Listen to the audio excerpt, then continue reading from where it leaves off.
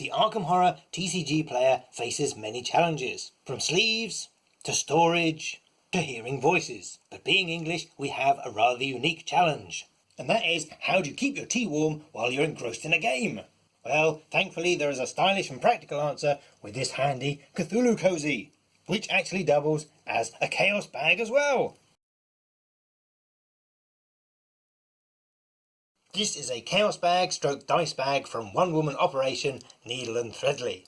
It is available in different colours, but we've chosen the amazing pitch black version with black embroidery and wonderful gold writing.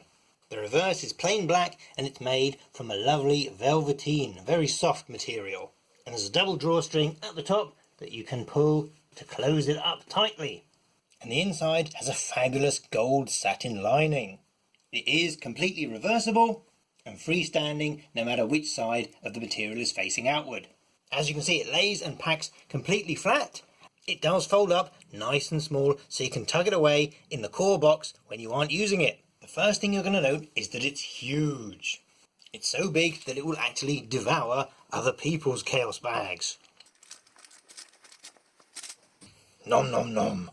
So if you've got big hands or you like wearing gloves, then there is no problem at all getting your hands all the way in and having a good old rummage. In fact, you can even use this as a handy grab bag for storing all of your stuff. These are the first two Dunwich scenarios, and as you can see, they fit nice and easily into the bag. Here are two player decks. They will slot in alongside it, and why don't we throw in Carnival of Horrors as well. Plenty of room. Pop in your Investigator mini cards, your Chaos tokens, and all your other tokens as well. And there's still room on the top for a handy tape measure, because you never know. Flash drives, iPod, lip balm, wooden cubes. This thing is massive. It can even handle the rule books if you like.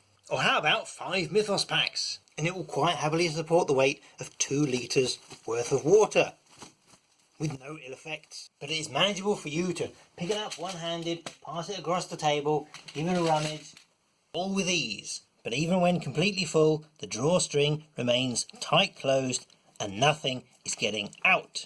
And the reason for this, and one of the signs of a good bag, is the way that the drawstring itself is constructed. You don't want to put the drawstring right up at the top of the bag, because at the top of the bag is the hem, where the material is doubled over and stitched in order to stop it fraying. And if you put the drawstring right up against that, then obviously there'll be so much material that it won't close properly. You just want to leave it down a little bit, and then obviously that will create a nice neck. The other thing about this is it's a double draw cord, meaning you've got one loop of cord which goes around that way and the other one which comes around that way as well. And when you pull each knot, both the cords are pulling against each other. If you had just one cord, it would only bunch up the material from one side, like so, making it harder to close the other side, more chance of leaving a gap there. But with a double knot, you've got two pulling in opposite directions and you get a really close seal there like that. It's fantastic. And normally with draw cords you see little plastic toggles on there to keep them closed, but this will stay closed under its own friction.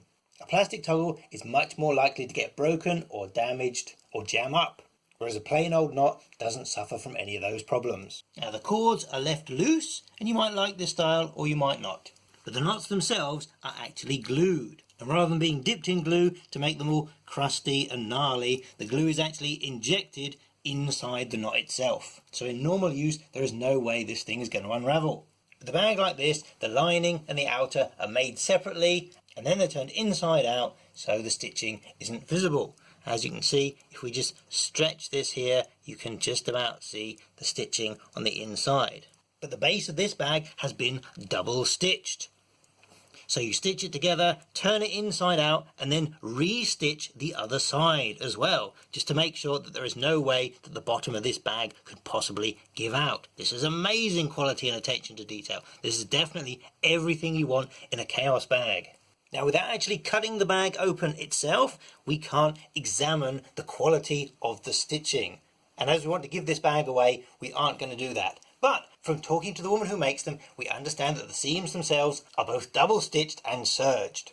You don't really need to understand how that works, but trust me, take it from us, that is Elder Sign level protection there. This thing really isn't going to come apart.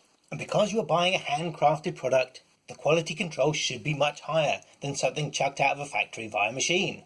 And we were extremely impressed by the quality of this bag, and the communication and professionalism we found of the woman who made it. So much so that we ordered some custom bags made, and you'll see those in a future video.